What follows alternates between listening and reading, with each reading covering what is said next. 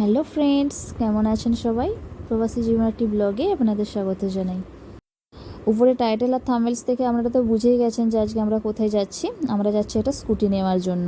তো অনেক দিন থেকে নেওয়ার ইচ্ছে ছিল, বাকি এখন জ্যৈষ্ঠ মাসে বাড়িতে অষ্টম প্রহরও আছে, বাকি বোনের বিয়েও আছে। তো যার জন্যই যাতায়াতের একটু অসুবিধাও হবে। তো এক্সট্রা যদি একটা গাড়ি থাকে তাহলে কোনো সমস্যা হবে না, যার জন্যই নেওয়া। তো চলুন তাহলে একবারে পৌঁছে যাই, সেখানে যেয়ে দেখা হবে।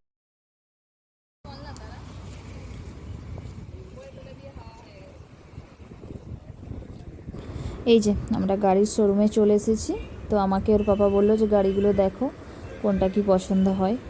তো যার জন্য যে বাইরেই কেউ একটা আছে দেখছি, বাকি ভেতরেও আছে, ভেতরে পরে যাব। তো যদিও আমাদের কিছুটা চয়েসের ছিল, আগে থেকে একটা কথাবার্তা হয়েছিল, একটা গাড়ি দেখে রেখেছিলাম আগে থেকে। তো ওর পাপা আসুক দেখি। তারপরে এই যে বোনেরও চলে এসেছে। আর এই যে আর আমার ছেলেকে দেখুন না, ও বলছে ওর সব গাড়িই পছন্দ হয়ে গেছে।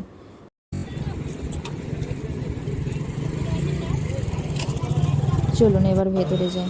আর এই যে এই গাড়িটাই এর পাপা অনেকদিন থেকে পছন্দ করে রেখেছিল, তো আমারও কিছুটা পছন্দ ছিল। তো এটা মার্কেটে নতুন লঞ্চ করেছে, তো অনেকদিন থেকে ভেবেছিল যে এটাই নেব। তো ফাইনালি পেয়েও গেছি। গাড়িটা নিয়ে গেছে ওখানে, সমস্ত কিছু যেগুলো যা লাগানোর লাগিয়ে দেবে। আর বাকি যে আমরা এখানে বসে আছি, এখানে কিছু ফর্মালিটিস আছে, সেটা পূরণ করে একদম তারপর গাড়ি নিয়ে যাব আজকে বাপের বাড়ি। কেননা ওখানে বোনের কালকেই বিয়ে যেহেতু, তো যার জন্যই আজকে গাড়িটা আরও তাড়াহুড়ো করে কেনা। আর এখানে লোকেশনটা দেখুন, একদম যে ঘাটালের যে কুসপাতা ওই রাস্তার ধারে, একদম মেন রাস্তার ধারে। এই যে গাড়ি নেওয়া হয়ে গেছে, নিয়ে এই যে এখানে একটা তেল পাম্পে এসেছি, যে তেলটা ভরে নিই। নতুন গাড়ি তো একদম তেল ভরে নিয়ে ভেবেছিলাম বাপের বাড়িতে আগে চলে যাবো ওখান থেকে। তো এই যে বোন আছে, বোনের হাজব্যান্ড আছে, তো আরেকজনের ভাগনা আছে, ওরা সবাই এসেছে আর কি। তো সব বোন অনেক দিন থেকেই বলছিল যে গাড়িটি কিনে একটা পার্টি দিতে হবে। তো যার জন্য এই যে এখানে চলে এসেছি। বোনেরা বসেছে ওই দূরের দিকে, বাকি আমরা এখানে তিনজন বসে আছি।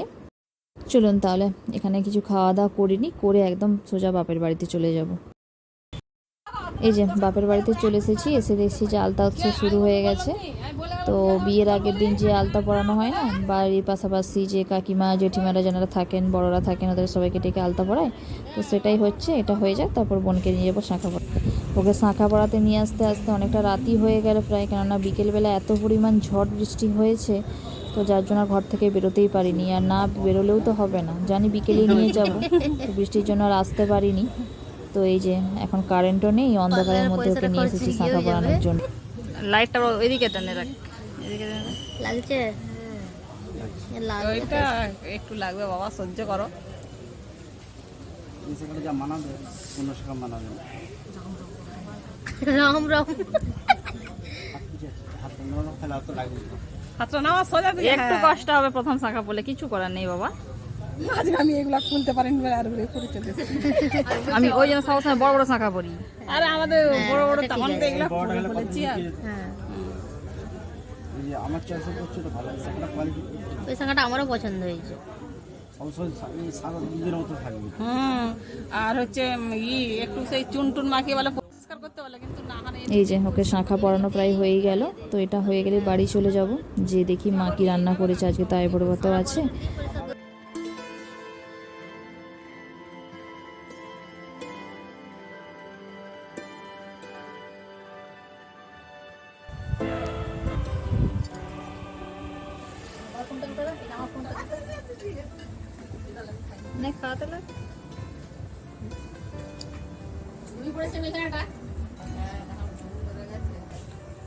বলো কোথা গেল, একটু খাওয়া তো দেখ কোথা গো?